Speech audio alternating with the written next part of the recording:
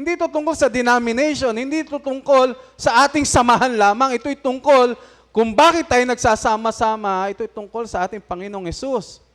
We need to draw people not to ourselves but to God. Dalhin natin sila sa Panginoon.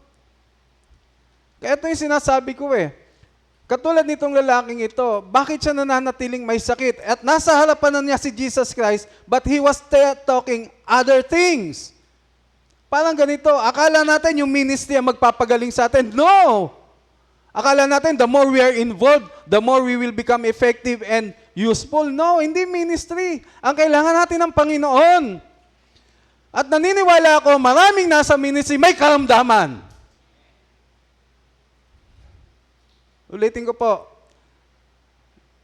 marami ang nagmiministeryo may karamdaman. Pero ba't sila nananatili sa karamdaman?